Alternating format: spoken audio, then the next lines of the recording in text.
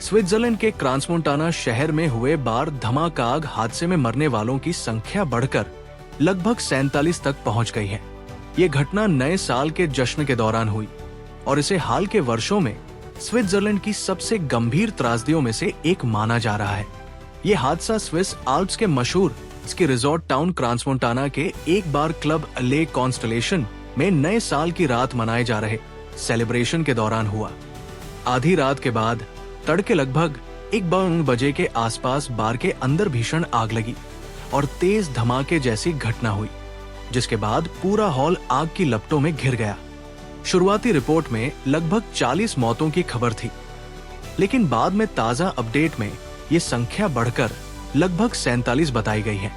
करीब 100-115 लोग घायल हुए हैं, जिनमें से कई की हालत गंभीर है और उनमें गंभीर झुलसाव बर्न इंजरीज हैं। घायलों को स्विट्जरलैंड के अलग अलग शहरों के अस्पतालों में और पड़ोसी देशों जैसे इटली, फ्रांस, जर्मनी के अस्पतालों में भी भेजा गया है, क्योंकि स्थानीय अस्पतालों की क्षमता पर बहुत दबाव है। स्विस जांच एजेंसियों ने फिलहाल आतंकी हमले की संभावना से इनकार किया है और इसे आग व विस्फोट से जुड़ा हादसा मानकर जांच कर रही है।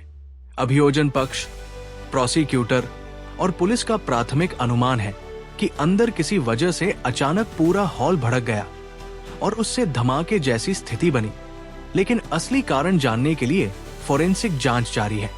अभी तक सार्वजनिक रूप से ये साफ नहीं हुआ कि विस्फोट गैस इलेक्ट्रिकल फॉल्ट या किसी और तकनीकी वजह से हुआ, इसलिए अधिकारी लोगों से अनावश्यक अटकलें न लगाने की अपील कर रहे हैं। बार में नए साल का जश्न मनाने के लिए अलग अलग देशों के सैकड़ों पर्यटक और स्थानीय लोग मौजूद थे, इसलिए मृतकों और घायलों में कई देशों के नागरिक होने की आशंका है। इटली के विदेश मंत्री के अनुसार कम से कम 16 इतालवी नागरिक लापता है और कई इतालवी अस्पतालों में भर्ती है, जबकि कुछ फ्रांसीसी नागरिक भी घायलों में शामिल हैं। शव बुरी तरह झुलस जाने के कारण पहचान में मुश्किल आ रही है, इसलिए डीएनए और अन्य तरीकों से पहचान की प्रक्रिया चल रही है, जिसमें समय लग रहा है। स्थानीय पुलिस, फायर ब्रिगेड और रेस्क्यू टीमों ने हेलीकॉप्टरों की मदद से रात भर राहत बचाव अभियान चलाया, आग पर काबू पाया और लोगों को बाहर निकाला। स्विट्जरलैंड के अधिकारी इस घटना को देश के इतिहास की बेहद दर्दनाक त्रासदियों में से एक बता रहे हैं और राष्ट्रीय स्तर पर शोक व संवेदना व्यक्त की जा रही है।